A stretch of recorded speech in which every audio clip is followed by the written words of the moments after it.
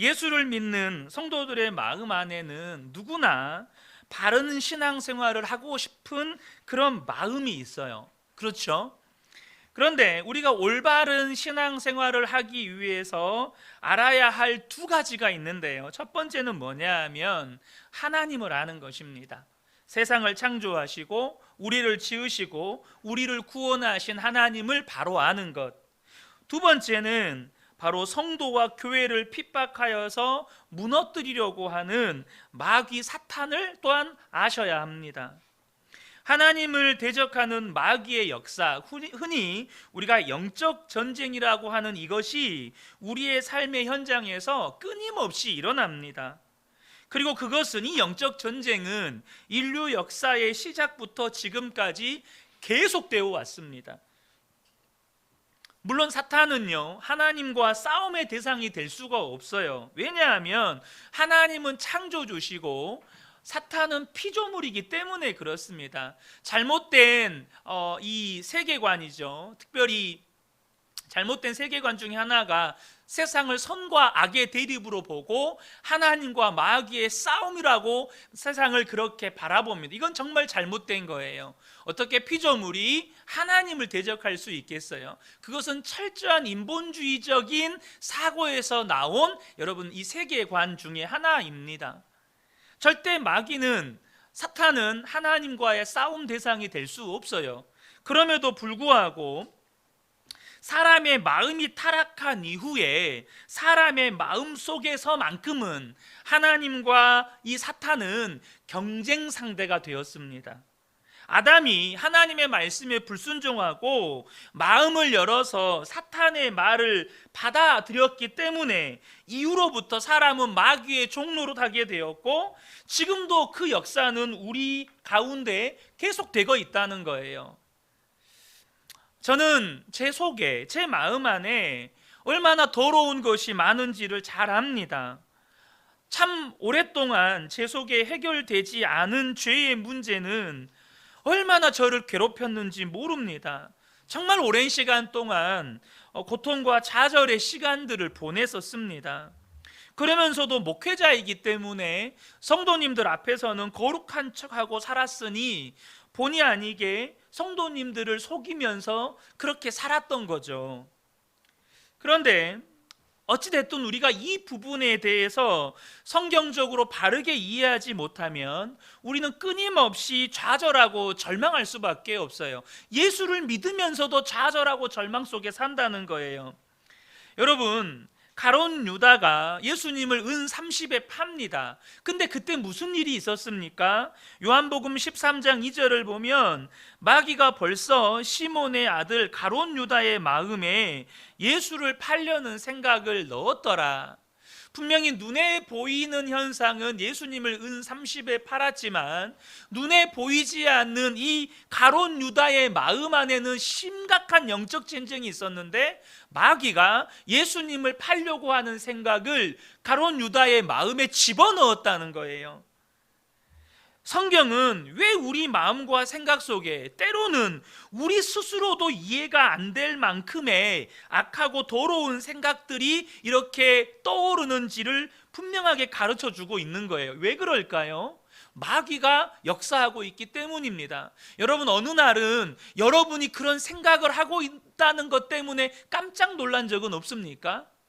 그 사람을 막 죽이고 싶고, 그 사람이 정말 가다가 죽어버렸으면 좋겠고, 막 이런 생각들을 하면서 한참 뒤에 정신 차려서 내가 왜 이런 생각을 하고 있지? 왜 그럴까요? 우리의 마음 안에 마귀가 역사하고 있다는 것입니다. 그러므로 우리 안에 그렇게 악하고 더러운 생각들이 들 때 예수 그리스도의 이름으로 여러분 대적하셔야 합니다. 나는 죽고 예수로 사는 십자가 복음을 여러분 선포하셔야 돼요. 그래야 마음이 무너지지 않고 지킬 수 있는 거예요. 무엇보다 마지막 때가 가까울수록 이 마귀는 교회와 성도들을 더욱더 잔인하고 무섭게 역사하면서 공격하고 무너뜨리려고 한다는 사실을 저와 여러분이 아셔야 한다는 거예요. 오늘 이 계시록 12장은요, 아까 여인이 나오고 용이 나오는데 이게 도대체 뭔가 막 이런 생각이 들으셨죠? 이 계시록 12장은 교회와 사탄의 전쟁을 너무나도 분명하게 보여주는 장입니다. 본문에 해를 옷 입은 한 여자가 나오는데요, 이 해는 선을 말하는 것입니다. 그러니까 빛을 옷으로 입은 여자, 이렇게 직역할 수 있겠습니다. 이 해를 옷 입은 여자가 나오고 큰 붉은 용이 나오는데, 이 해를 옷 입은 여인은 신구약을 통틀어서 모든 하나님의 백성, 하나님의 나라를 증거하는 교회를 상징하는 것입니다. 그리고 큰 붉은 용은 교회와 성도를 핍박하여 하나님의 나라를 무너뜨리려고 하는 사탄 마귀를 상징하는 거예요. 이 여인과 뱀의 싸움은요, 여기에서 처음 등장하는 게 아니고 이미 창세기에서 예언이 되어 있어요. 창세기 3장 15절에 보면 내가 너로 여자와 원수가 되게 하고, 여기서 너는 누구죠? 아담과 하와를 유혹해서 하나님께 범죄하게 만들었던 마귀를 말하는 겁니다. 옛 뱀을 말하는 거예요. 그래서 그 뱀에게 뭐라고 말씀하시냐면 너로 여자와 원수가 되게 하고 내 후손도 여자의 후손과 원수가 되게 하리니 여자의 후손은 네 머리를 상하게 할 것이요 너는 그의 발꿈치를 상하게 할 것이니라 하시고 라고 말씀을 하십니다. 그러니까 이미 이 교회와 이 마귀의 싸움은 창세기 때부터 예언이 되어 있다는 거예요. 이 여인이 해산의 고통을 당하는데 도대체 어떤 아이를 낳으려고 하는 것일까요? 바로 예수 그리스도세요. 우리 개역 개정에 철장이라고 되어 있죠. 바로 철 지팡이로 만국을 다스리는 만왕의 왕이시고 모든 인간, 온 인류의 구원자이시고 그리고 마지막 때의 심판주이신 예수 그리스도를 해산하려고 하시는 거예요. 그래서 예수님이 이스라엘의 혈통에서 오시는 겁니다. 5절을 보면 마침내 그 여자는 아들을 낳았습니다. 그 아기는 장차 쇠 지팡이로 만국을 다스릴 뿐이었습니다. 벼랑간 그 아기는 하나님께로 그분의 보좌로 이끌려 올라갔고 라고 말씀하시는데, 이 사탄은 예수님께서 아기의 모습으로 이 땅에 오실 때에 그 예수님을 삼키려고 노리고 있었죠. 그래서 여러분 계시록 12장 4절을 보면 그 용은 막 해산하려고 하는 그 여자 앞에 서서 그 여자가 아기를 낳기만 하면 삼켜버리려고 노리고 있었습니다. 이 사건이 어떤 사건입니까? 실제로 예수님께서 이 땅에 아기의 몸으로 태어나실 때 마귀가 헤롯의 마음의 역사에서 예수님과 비슷한 또래의 아이들을 다 죽이는 그 사건이 있었습니다. 마귀는 왜 이렇게 예수님을 죽이려고 했을까요? 그것은 예수님이 바로 이 땅에 마귀의 일을 멸하려고 오셨기 때문입니다. 요한일서 3장 8절을 보면 하나님의 아들이 나타나신 것은 마귀의 일을 멸하려 하심이라. 마귀의 일이 뭡니까? 한 영혼이라도 더 마귀가 들어갈 그 지옥 불구덩이에 끌고 들어가려고 하는 것이 마귀의 일이에요. 한 사람이라도 더 하나님을 대적하고 하나님을 떠나고 그래서 지옥 불구덩이로 끌고 들어가려고 하는 게 마귀의 일이라는 것입니다. 결국 마귀가 가룟 유다의 마음에 들어가서 예수님을 은 30에 팔게 하고 예수님은 그렇게 모진 고통을 당하시고 십자가에 달려 죽으셨습니다. 겉으로 보기에는 마귀가 승리한 것 같았어요. 그러나 결과는 어떠했습니까? 정반대였습니다. 예수님이 십자가에 죽으심으로 온 인류가 구원받을 수 있는 길이 열려버렸어요. 그리고 예수님께서 사흘 만에 부활하시고 승천하셔서 하나님 보좌 우편에 앉으셨습니다. 그런데 그 이후에 마귀가 어떤 일을 했을까요? 바로 교회와 성도들을 무섭게 공격하기 시작했고 우리는 지금 그러한 때를 살고 있다는 거예요. 13절과 14절인데요. 용이 자기가 땅으로 내쫓긴 것을 보고 남자를 낳은 여자를 박해하는지라. 이 여자가 누구라고요? 바로 교회를 말한다고 말씀을 드렸죠. 교회를 박해한대요. 그러나 그 여자는 큰 독수리의 두 날개를 받아 가지고 광야에 있는 자기 은신처로 날아가서 거기에서 뱀을 피해서 한 때와 두 때와 반 때 동안 부양을 받았습니다. 이렇게 마귀가 교회를 무너뜨리려고 무섭게 공격할 때에 저와 여러분이 두려워하지 말 것은 14절을 보면 하나님께서 그렇게 교회가 마귀의 영적인 공격을 받는 기간을 정해 두셨다는 거예요. 이 한 때, 두 때, 반 때는 정확하게 얼마만큼의 기간인지는 알 수 없지만 분명한 것은 하나님이 기간을 정해 놓으셨다는 것이고, 또 한 가지 그렇게 고난 가운데, 그렇게 광야 가운데 내몰린다고 할지라도 하나님의 놀라운 은혜가 뭐냐면 하나님이 보호하시는 은신처가 있다는 거예요. 하나님이 우리를 보호하시는 은신처가 되어주신다는 것입니다. 우리가 지금 비록 이 계시록 말씀이 말씀하신 것처럼 여자가 광야로 이렇게 도망쳐서 그 광야와 같은 힘든 때를 살고 있는 것처럼 우리의 삶 또한 그렇게 힘들다고 하더라도 저와 여러분이 분명히 기억하셔야 될 것은 우리의 삶에는 고난은 정한 기한이 있다는 것이고 하나님의 보호하심이 반드시 있다는 것입니다. 이거를 기억하라는 거예요. 15절과 16절을 보면 사탄이 광야에서 은신해 있는 여인을 물로 삼키려고 입에서 강물을 토해내요. 그런데 그때 땅이 입을 벌려서 강물을 삼켜버린다는 내용이 또한 기록되어 있습니다. 무슨 말입니까? 하나님이 지키신다. 하나님이 당신의 교회를 보호하신다라는 것입니다. 주님께서 이 사실을 요한에게 보여주시는 것은 너희가 교회는 사탄의 공격을 받을 것이다. 그러니 사탄의 공격을 받는 것을 이상하게 여기지 말라. 그건 당연한 것이다. 그러나 또 하나 하나님은 반드시 너희를 지키실 것이다. 그러니까 오직 하나님의 말씀 붙잡고 하나님의 말씀대로 순종하고 그 주님의 증인 되기만을 힘써라. 이것을 사도 요한에게 말씀해 주시는 것이에요. 17절을 보면 용이 누구를 공격하는지가 기록이 되어 있어요. 17절 보면 그 용은 그 여자에게서 노예서 그 여자의 남아있는 자손 곧 하나님의 계명을 지키며 예수의 증언을 간직하고 있는 사람들과 싸우려고 떠나갔습니다. 여러분 지금 이 마귀가 공격하는 대상이 앞선 말씀에서는 여인이라고 추상적으로 이렇게 말씀을 이렇게 기록해 두었지만 17절은 그 여인에게 속한 사람들, 그러니까 교회된 사람들이 누군지를 말씀해 주는 거예요. 하나님의 계명을 지키며 예수의 증언을 간직하고 있는 사람들, 바로 그 사람들을 끊임없이 공격하고 비박하고 그렇게 무너뜨리려 한다는 거예요.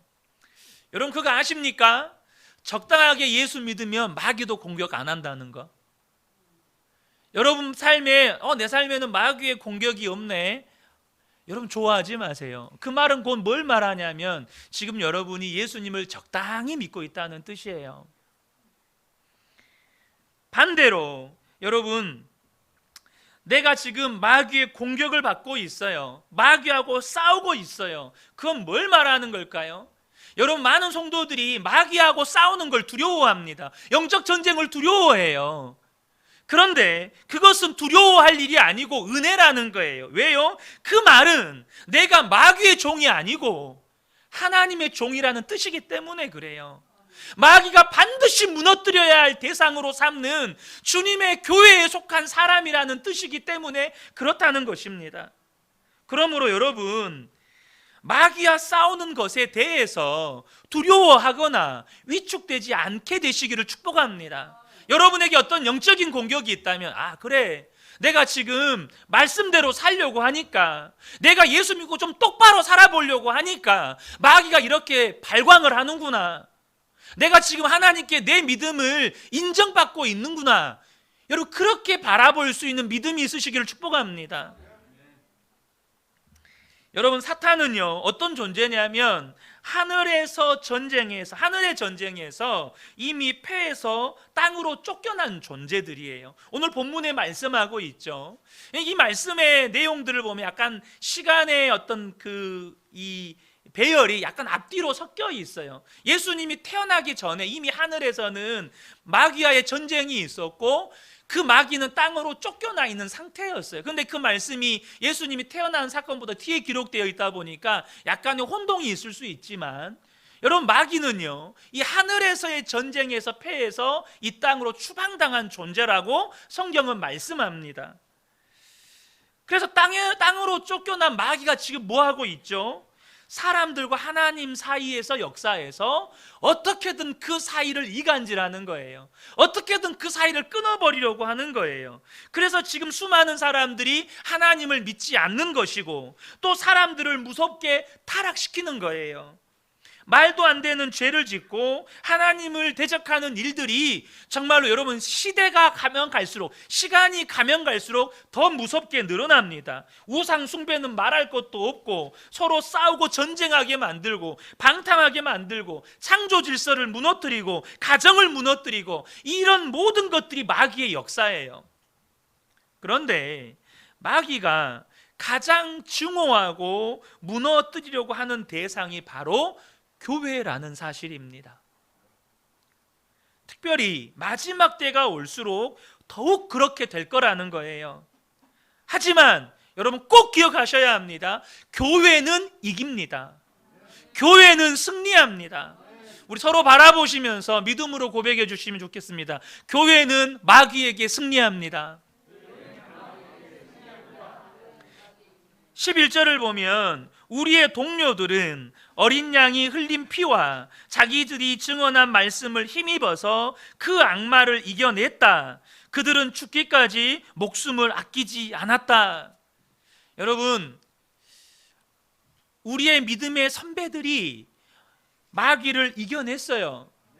여러분들도 마귀를 이기게 될 줄로 믿습니다.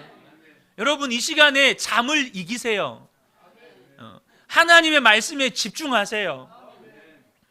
어린 양의 보혈과 특별히 자기들이 증언한 말씀을 힘입어서 마귀를 이겼다고 말씀합니다. 여러분 마귀는 교회를 무너뜨리려고 역사하지만 우리가 진짜 믿음을 가지고 있다면 마귀와 능히 싸울 수 있고 또 능히 이길 수 있다는 사실을 아셔야 합니다. 우리는 승리한 전쟁을 싸우는 거예요. 이미 완전하게 승리한 전쟁, 그래서 이미 패배한 패잔병들과 싸우는 전쟁을 하고 있다는 걸 아셔야 돼요. 야고보서 4장 7절에 그런즉 너희는 하나님께 복종하라, 마귀를 대적하라, 그리하면 너희를 피하리라. 여러분 성도가 마귀하고 싸움에서 졌다면 뭘 의미하는 걸까요? 마귀하고 싸우지 않았다는 거예요. 싸움에서 패한 게 아니고 싸우지도 않았다는 거예요. 믿음의 사람은 싸우면 이기는 거예요. 대적하면 이기는 겁니다. 주님이 계시록 12장에서 요한에게 말씀하시려는 것이 바로 이것입니다.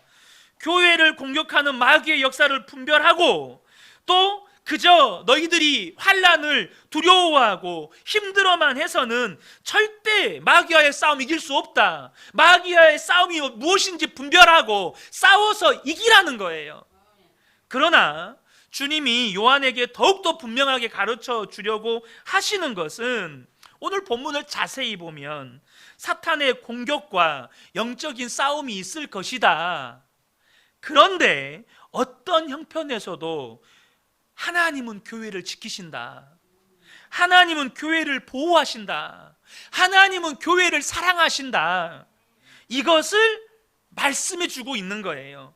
하나님께서 교회를 사랑하신다. 하나님은 반드시 교회를 지키신다. 사랑하는 성도 여러분, 우리가 지난주 말씀을 나눌 때 영광을 보는 자는 증인으로 산다는 주제로 말씀을 나누었잖아요.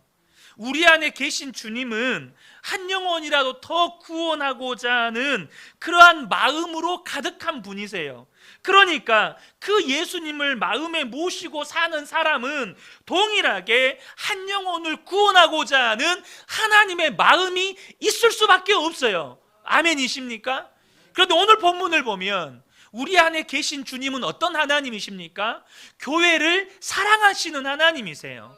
교회를 지키고 보호하시는 하나님이세요. 우리 안에 계신 주님이 교회를 사랑하시고 교회를 보호하시는 주님이시라면 우리 또한 교회를 사랑하는 것이 마땅하다는 거예요. 여러분, 우리가 교회를 사랑하고 교회를 위해서 기도하며 섬기지 않으면 교회는 금방 여러분 영적인 혼란에 빠집니다. 왜 그럴까요? 교회는 마귀의 1호 공격 대상이에요. 교회는 마귀의 가장 주된 공격 대상이기 때문에 그렇답니다. 여러분, 한국 교회는요 지금 마귀의 공격에 심각한 상태에 빠져 있어요. 거기에는 교회 자체의 죄가 물론 있습니다. 교회가 집단 이기주의에 사로잡혀 있기도 하고 또 무서운 욕망에 사로잡혀 있기도 하고 복음이 아닌 성공주의, 세속주의에 사로잡혀 있기도 해요. 이것은 분명히 한국 교회가 회개하고 정결하게 되어져야 할 시급한 문제예요. 그런데 여러분요, 이것이 또한 마귀의 공격인 것도 아셔야 합니다.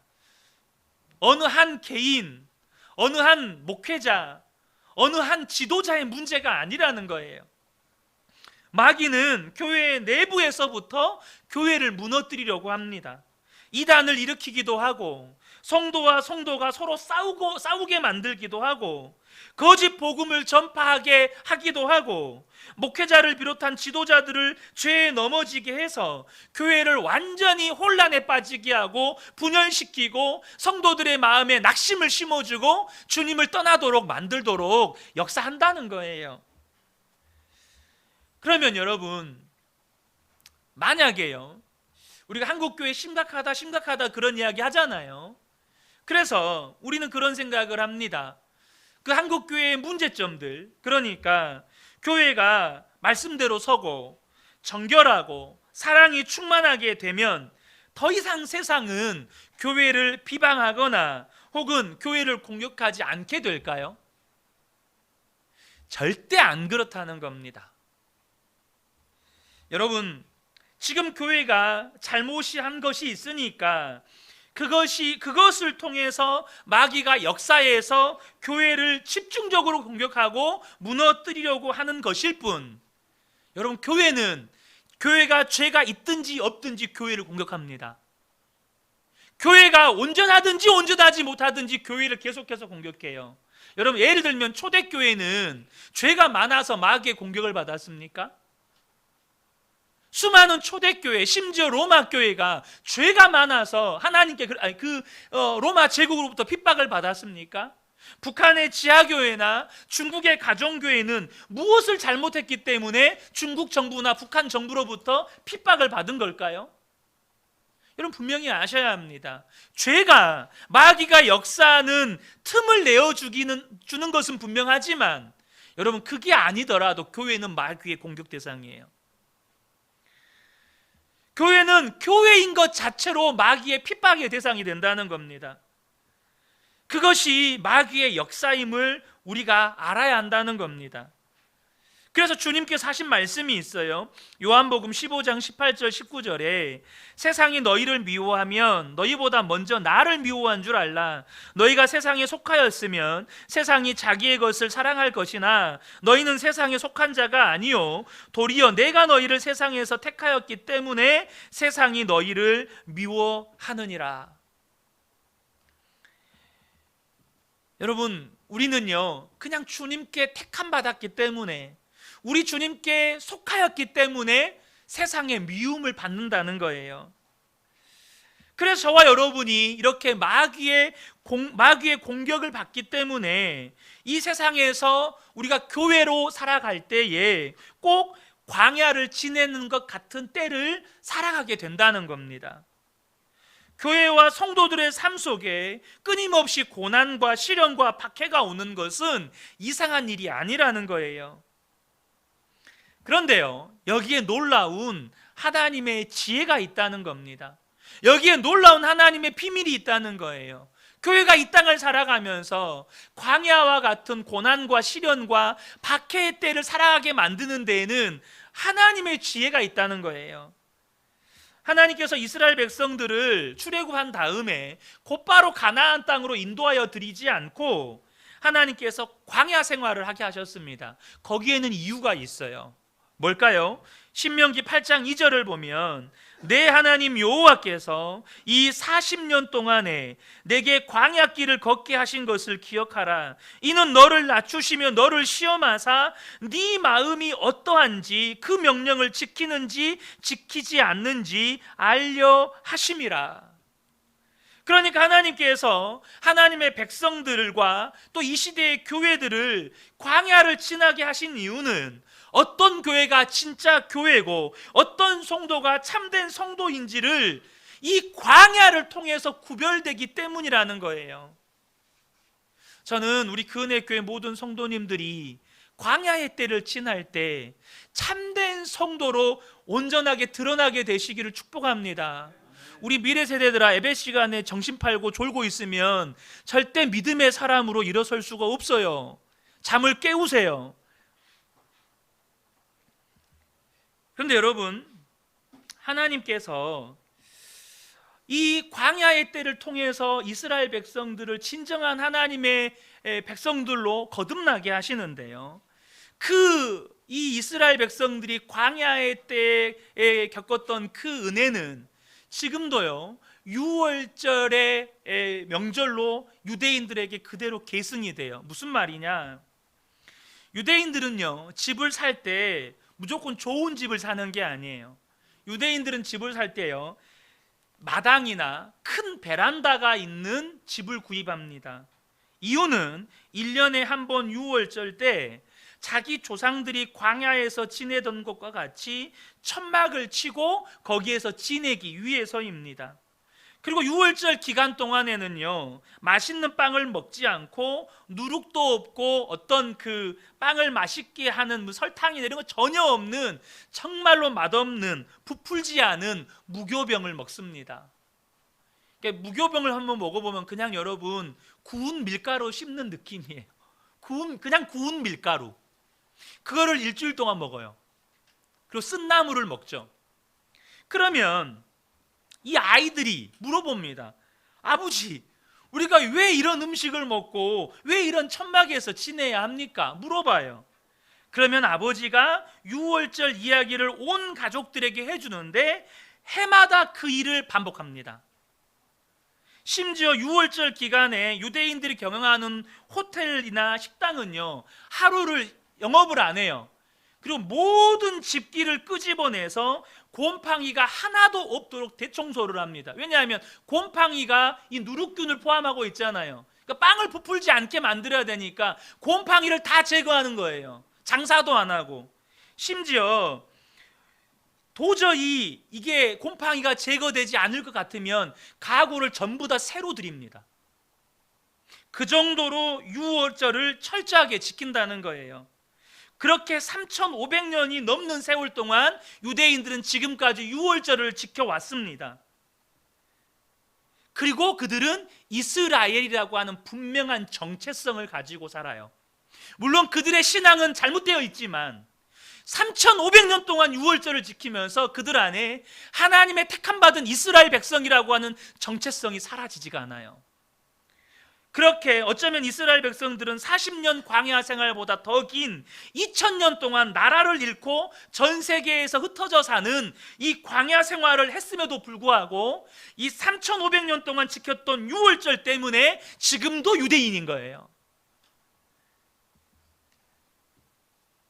여러분, 저와 여러분이 기억하셔야 될 게 있어요. 저는 우리 그은혜 교회가 지금 광야를 지나고 있다고 봅니다. 교회 건물도 없이 상가에서 예배드리고 있고, 아직 재정 자립도 되지 못했고, 예배팀을 비롯한 이런 사역팀들이 제대로 세워지지 않은, 여기를 봐도 저기를 봐도 사실 어떤 우리가 생각하는 일상적인 교회가 제대로 정말 교회답게 운영되고 있다라는 어떤 그런 생각의 기준에 비추어 보면 부족한 것이 하도 많죠. 부족한 게 너무 많아요. 그런데 여러분, 이런 광야의 생활과 같은 이때가 영적으로는 은혜의 셈이라는 사실을 저와 여러분이 분명히 아셔야 돼요. 왜 그럴까요? 에레미야 17장 6절에서 8절을 보면, 그는 사막의 떨기나무 같아서 좋은 일이 오는 것을 보지 못하고 광야, 간조한 곳, 건건한 땅, 사람이 살지 않는 땅에 살리라. 여기서 말하는 그는 이스라엘 백성들을 말하는 거예요. 진짜 이스라엘 백성들, 그들은 광야에서 산다는 거예요. 그러나 무릇 여호와를 의지하며 여호와를 사랑하는 그 사람은 복을 받을 것이라. 비록 아무것도 없는 광야에 살지만 그 광야에서 여호와를 의지하며 여호와를 의뢰하는 그 사람은 복을 받는데요.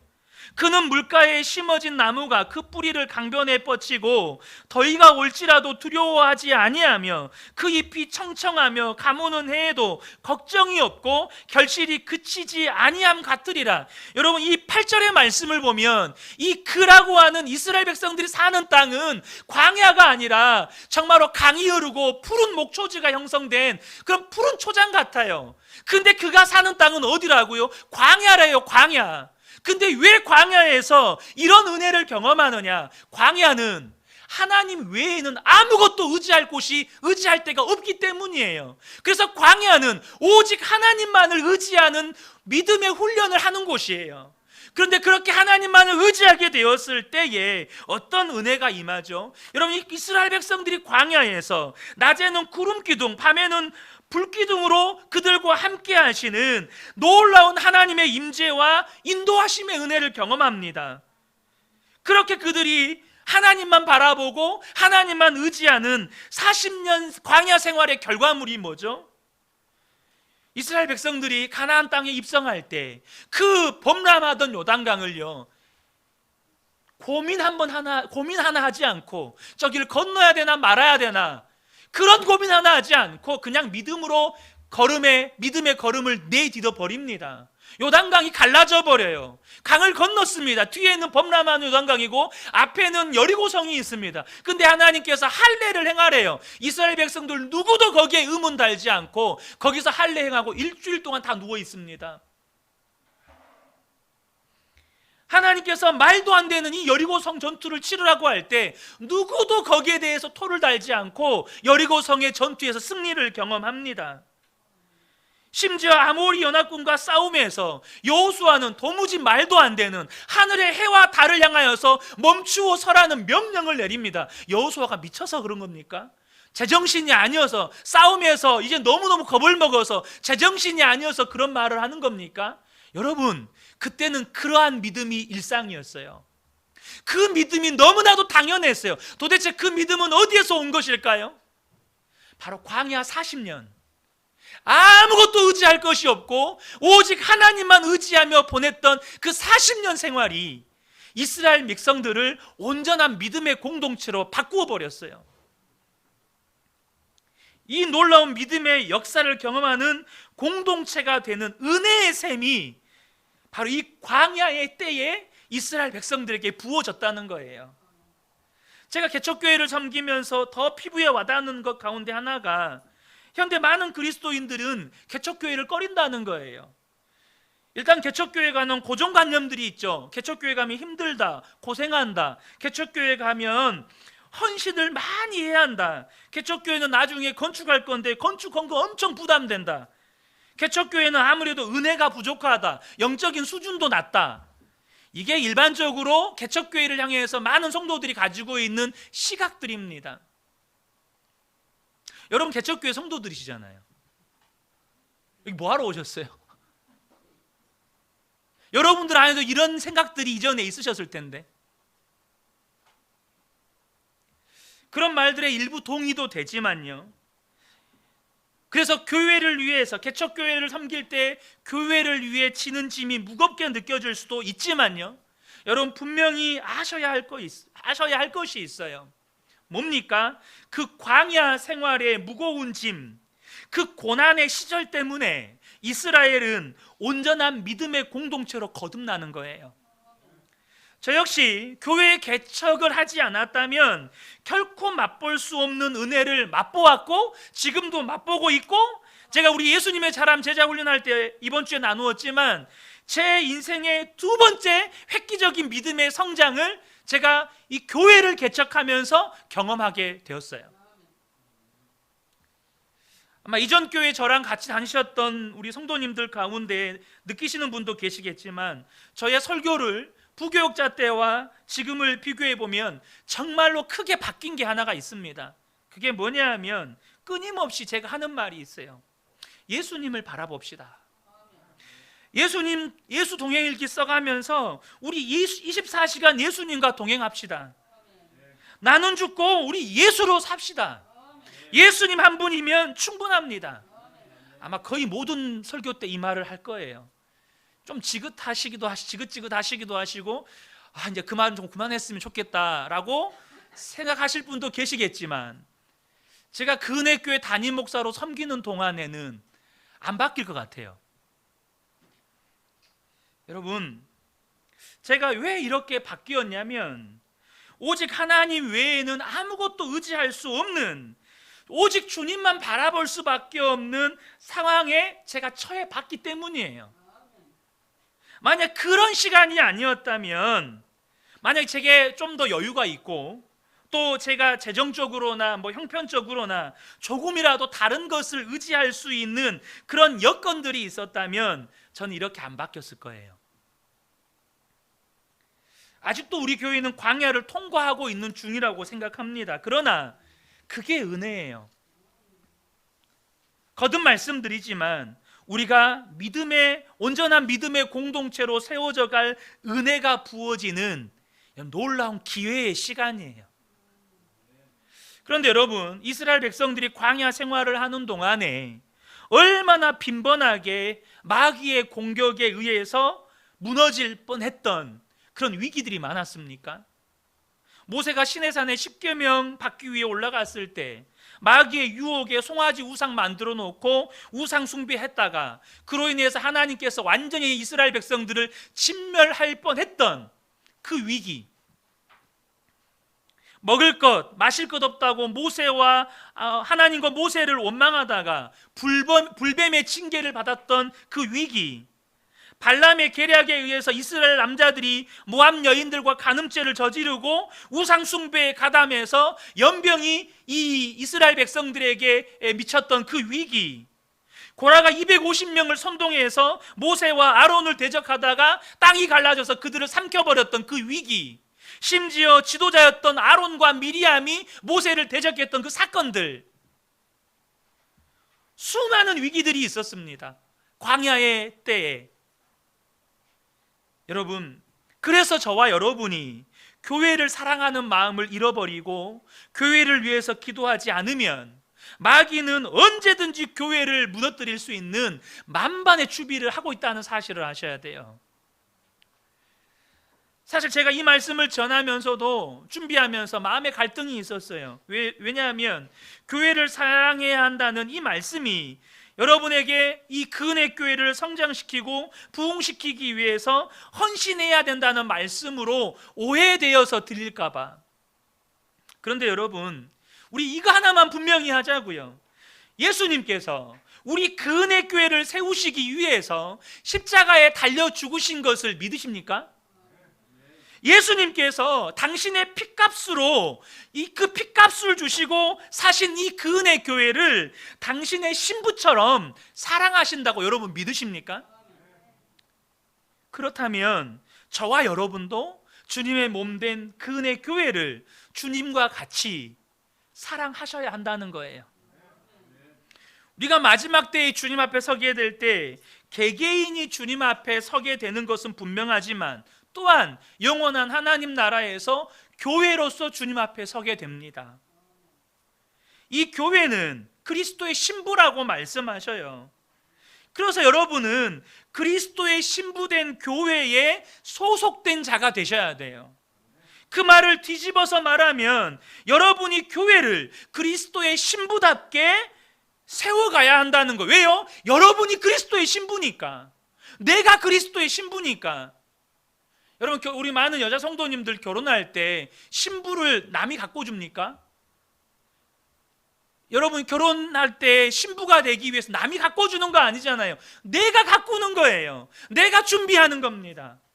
마찬가지로 저와 여러분이 그리스도의 신부된 교회로 소속되기 위해서 교회를 그렇게 세워가야 한다는 겁니다. 오늘날 한국 교회가 소위 수평 이동이 많다고 하죠. 그렇게 수평 이동을 할 때 상당 부분을 차지하는 것 가운데 하나가 담임 목사의 설교입니다.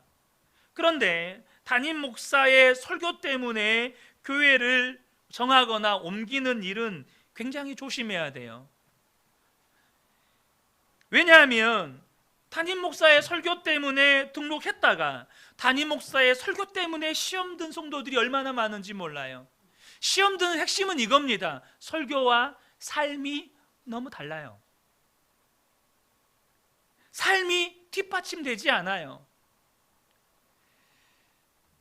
사랑하는 성도 여러분, 그래서 저와 여러분이요, 교회를 사랑하게 될 때는 다른 게 아니에요. 흠도 많고 연약함도 많지만 그럼에도 불구하고 주님의 신부이기 때문에 교회를 사랑하는 겁니다. 여러분이 주님을 사랑하는 것처럼 또 주님이 교회를 사랑하시는 것처럼 교회를 사랑하는 거예요. 그래서 교회에 등록하는 것이고 또 교회에 등록을 했다면 반드시 그 마음을 가지셔야 돼요. 사랑하는 성도 여러분, 말씀을 맺겠습니다. 하나님은요, 교회를 사랑하는 성도들을 통해서 이 마지막 때를 능히 견디어내고 마귀와의 싸움에서 승리할 뿐만 아니라 하나님 앞에 기쁨과 담대함으로 서게 될 주님의 신부된 교회를 세워가십니다. 주님의 신부된 교회는 오직 교회를 주님처럼 사랑하는 성도들을 통해서 세워가시는 거예요. 여러분, 주님의 몸된 그 은혜 교회를 여러분이도 주님처럼 사랑하게 되시기를 축복합니다. 우리 이 말씀의 은혜가 우리 모든 성도님들께 충만하게 임하시기를 예수님의 이름으로 축복합니다. 아멘.